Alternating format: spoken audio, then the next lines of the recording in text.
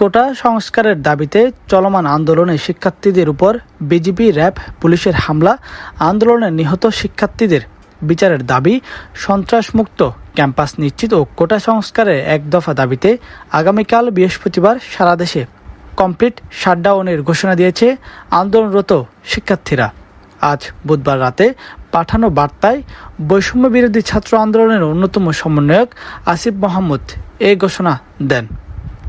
আসিফ মাহমুদ বলেন, শিক্ষার্থীদের শান্তিপূর্ণ আন্দোলনের উপর পুলিশ, বিজিবি, র্যাব শোডাউনের ন্যাক্কারজনক হামলা, খুনের প্রতিবাদ, খুনিদের বিচার, সন্ত্রাসমুক্ত ক্যাম্পাস নিশ্চিত ও এক দফা দাবিতে আগামীকাল 18 জুলাই সারা দেশে কমপ্লিট শাটডাউন ঘোষণা করছি।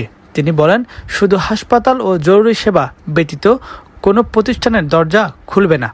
অ্যাম্বুলেন্স ব্যতীত সড়কে কোনো গাড়ি চলবে না। সারা দেশের প্রতিটি স্কুল, কলেজ, বিশ্ববিদ্যালয়, প্রাইভেট বিশ্ববিদ্যালয়, মাদ্রাসা শিক্ষার্থীদের আহ্বান জানাচ্ছি, আগামীকালের কর্মসূচি সফল করুন। অভিভাবকদের উদ্দেশ্যে আসিফ মাহমুদ বলেন, আমরা আপনাদেরই সন্তান, আমাদের পাশে দাঁড়ান, রক্ষা করুন। এই লড়াই শুধু ছাত্রদের নয়, দলমত নির্বিশেষে এদেশের আপামর জনগণের।